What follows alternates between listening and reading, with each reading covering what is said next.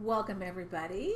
My name is Rena Rachel Galper, and this is my friend Kathryn Wall. And we are here as part of the Women's Wisdom Project, which archives and publishes women's wisdom around surviving and thriving.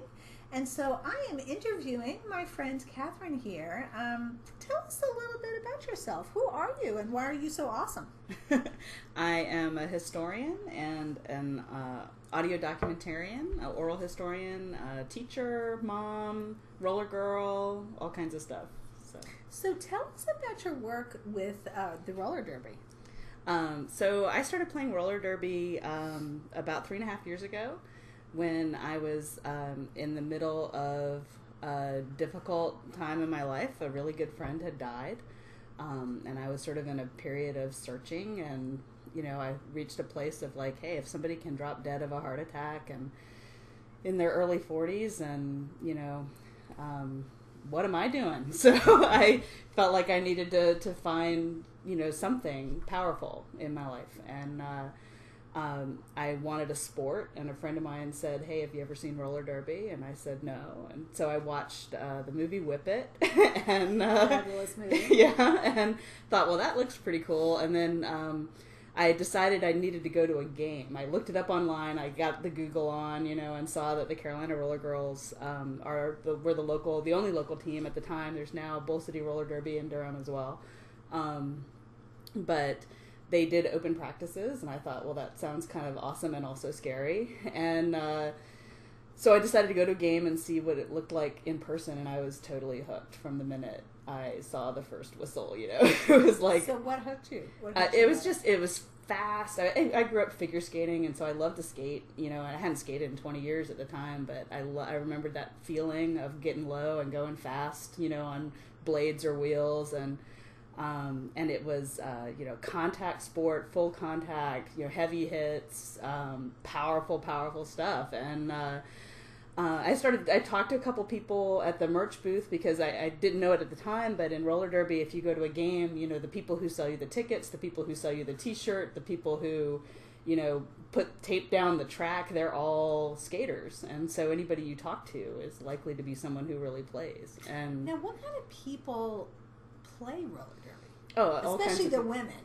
Yeah, all kinds of people. I mean, my team has, several women I've played with have PhDs. There are lots of moms. There's lots of queer women. There's lots of, people who are in all kinds of professions. You get, really people of all stripes. There will be... we've got, people on my team who are graphic designers, who are scientists doing research at, Duke and NC State, who are librarians, who, you name it, there's somebody who does it. But mostly, there are people who have been through some stuff to a great extent, and who have looked for a way to be strong and powerful in their own lives, and have found a community of women to do that with. And it happens to involve knocking each other around on roller skates as well. But it's really about community and support and connection. So how has roller derby changed your life? Like, how has it made you feel stronger?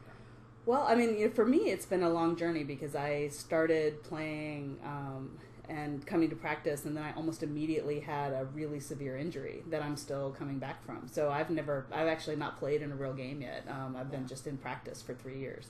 But it's changed my life in terms of, my confidence in myself, in terms of, feeling physically stronger, feeling emotionally stronger, knowing I have a group of people who have my back no matter what. When I got divorced, these were the women who came to my house and, stayed up until 3 a.m. building IKEA bedroom furniture with me, So, these were the people who, when I didn't have a dining room table and I didn't have, a desk or a coffee table or whatever, they emptied their garages and their basements and their spare rooms, and so it's a community. It's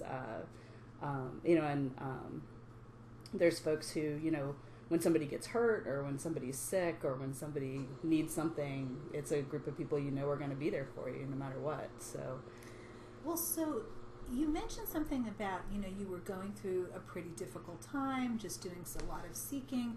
Can you just say a little bit more about that? What brought you to this place of joining the roller derby? Well, it was really like I had played team sports before, and it was something that was really powerful for me, and had played, I played powder puff football in high school and loved football, but they didn't let girls play contact ball when I was coming up, and had played softball, and I loved being a part of a team. Like, it's always been, for me, being a part of a team is a huge thing. And I do a lot of individual stuff. Like, a lot of my work is individual stuff. A lot of writing that I do is done in isolation. A lot of the, when I do photography or oral history, I'm with people when I'm creating something, but then all the editing and the production and the making something out of it is all pretty isolated. But for me, being with other people is, I'm a real extrovert, and, that's huge for me. Yeah, And I think, I was in a place of being really, self-doubting in that time in my life when my friend passed away. I was in a relationship that was really terrible for me, and was, really looking to find myself, and really looking to be in a space of believing in myself, which I think I really didn't for most of my life. And so, and with roller derby, it's this stuff, the thing that really sealed it for me as a thing that I definitely wanted to be in is, I went in there, I started playing at 44 years old, and I came in, out of shape, and I was thinking, I don't know a whole lot of sports that people pay to go see, right? where you can show up and be like, okay, I'm in my mid-40s, and I'm like 50 pounds overweight, and I've not been on roller skates in 25 years, and the reaction is, great, we're glad you're here. We can't wait to help you be the best skater you can possibly be. And the stuff that we do on roller skates looks impossible, and the thing that has made it such a powerful experience has been, there's never been a moment in the whole 3.5 years. I mean, when my injury is, I tore my hamstring partly off the bone. Oh. And, there's never been a moment in the recovery from that, or in the process of, losing a bunch of weight, getting injured, regaining a bunch of weight, going through a horrible divorce, having all kinds of crises in my life. There's never been a moment where anybody has been like, maybe this isn't for you, or maybe you shouldn't be doing this now, or maybe you're not going to have what it takes. It's always been, well, of course you can do that. And that's the attitude of, no matter if you come in as a, collegiate star athlete to the league, or transfer from one of the best roller derby teams in the country, or whether you come in never having put on roller skates before, and you're outside of a certain age range or outside of a certain size range, nobody cares. Everybody's attitude is, if you are badass enough to be here, we're going to help you be badass enough to play. So, that's awesome. So we've got people on our team who are over 6 feet tall. We've got people who are under 4'10", and every size and shape in between. There's, wiry, thin girls, there's bigger girls, there's people who are really muscular and powerful, there's people who are really nimble and fast. And I was talking to one of my teammates, was saying the other day that, like, you look at some sports and there's a body type for that sport. Right. There's like people who look like a swimmer, people who look like a softball player, and they said there's not a looking like a roller derby athlete, because it's a game that has space for everybody. So for me, being in a place of like, I just need unconditional support. That's what I found there. So and that gave me the space to really, figure out what direction I want my life to go in. And, it gave me the courage to get through a terrible divorce. It gave me the courage to, pursue a whole different career, to do a lot of things. And that's the story of so many people. And one of my big projects is recording oral history interviews with other roller derby athletes, because those are stories I want to tell. Well, so I'd like you to say a little bit more about that, because, of course, you and I have that in common, that we really are interested in sort of, gathering and sharing the wisdom of other people, women in particular. So can you just talk a little bit about the wisdom that you have gathered from your interviews and your work? Yeah, I mean, for me, I was doing oral history before I knew there was such a thing, because I was really blessed to know all 4 of my great-grandmothers. And 2 of them died when I was in my 20s. So 2 of them I knew for a big chunk of my life and were really important. In fact, my daughter's named after one of them. Wow. So when I was a kid, I would sit at the kitchen table up in Maine and talk to my great-grandmother up there about, like, she worked in a sardine cannery when she was a kid, and had to stand on a box to reach the conveyor belt and stuff, to put in her day's work in the 1910s or whatever. And my other great-grandmother, in Eastern North Carolina would tell me about, what it was like being a divorced woman in the 30s, in Eastern North Carolina, and what it was like being the first woman tax collector in the state of North Carolina. And so, I talked to them, and I didn't really know that mattered. Like, I knew it mattered to me. I knew it mattered to my family, but I didn't know that stories like that mattered in like a big capital M, way, until I took a class in grad school with Jacqueline Hall, who was the founder of the Southern Oral History program at UNC. Mm-hmm. And she introduced me to the book Like a Family, which is about cotton mill workers in the early industrialization of the South. And it was an oral history based book where she and a whole bunch of graduate students went out and interviewed people about their experience. And it was really a life-changing book because I was reading these stories and listening to some of them on tape and realizing, oh gosh, these are stories just like my great-grandmother.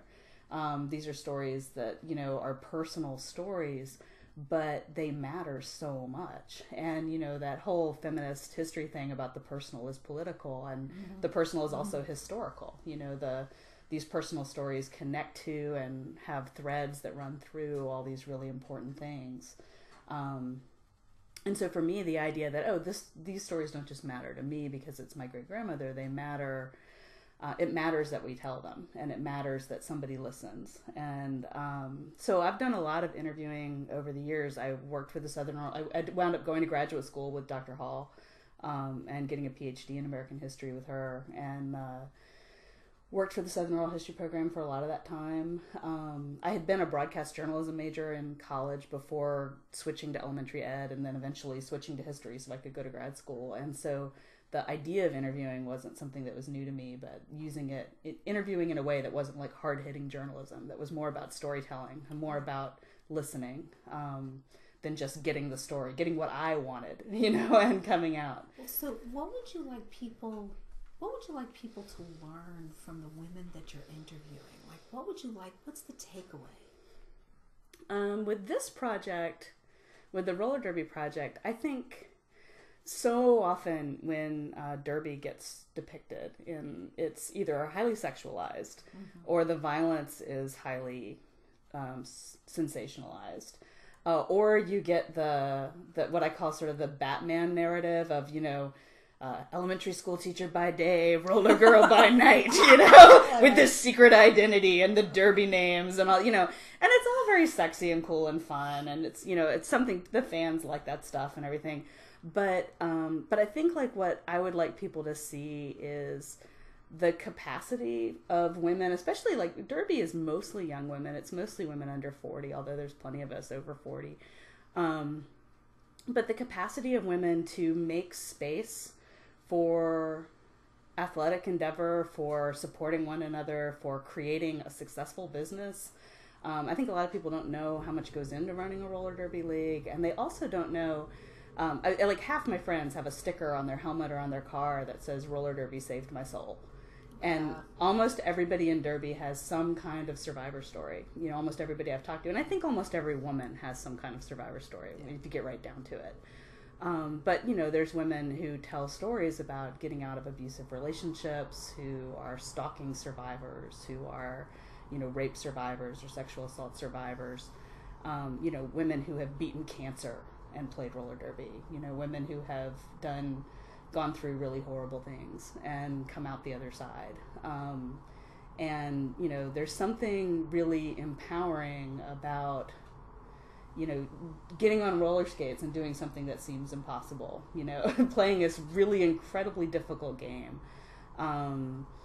And I think that one thing I'd like to come out of the project I'm working on is just having a more complex understanding of what that means for people, and that, you might go and watch, people with fun names knock each other around in a really fast-paced, hard-hitting sport, but there's so much more to it than that for the people who play it. Right. Well, and so if we sort of go underneath the layer of the sport, what I'm hearing are themes of endurance and perseverance and just bravery and courage. Like, just speaking for yourself and the women that you've interviewed, and of course we're in very difficult times right now in our world. I mean, there's just so much going on that we have to pay attention to and show up for, hopefully.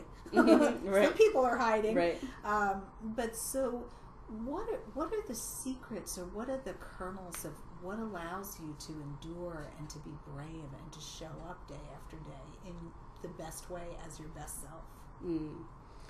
I think one of the things that gets said a lot, I mean, two things that stick with me in roller derby.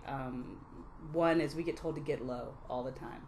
And, if your center of gravity is lower, you're harder to knock off balance. Like if you get low, if you bend your knees, you drop your ass, you get yourself square and get low, you're going to be much more effective. You've got more power. And I think that in a metaphorical sense applies to life too. There's a way in which, like, you've got to know where your center is, and you've got to be able to tap into that. You've got to be able to sink down into that, and not just, be up here with all the, all the day-to-day distractions in your life. You can be up here floating around, and if that happens and something hits you, you're going down, but if you're low, if you're down in your center, you're in a much more stable place. So that's one thing that derby's taught me that I've carried over into the rest of my life. And the other thing is, if you're falling, you're trying. Like, there's a lot of times in practice people will be upset because they're falling. And, if you go through practice and your ass has not been introduced to the concrete at least one time, you're not pushing yourself. You're not challenging yourself. And so just that feeling that, like, you've got to fail if you're ever going to succeed. Like, and that it's okay if the road is really long. It's taught me a lot of patience with the injury and everything from my own personal journey. Just that, like, hey, if I can do this one thing a little bit better today than I could yesterday, that's worth celebrating. It's not worth being pissed off that I'm not doing it better, and the only person I'm in competition with, in the game and in life is myself. So that's been a huge lesson as well.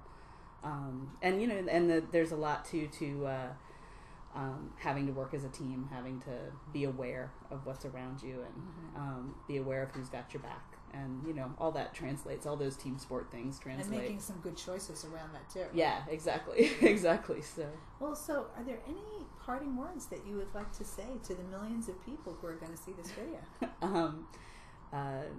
Get low.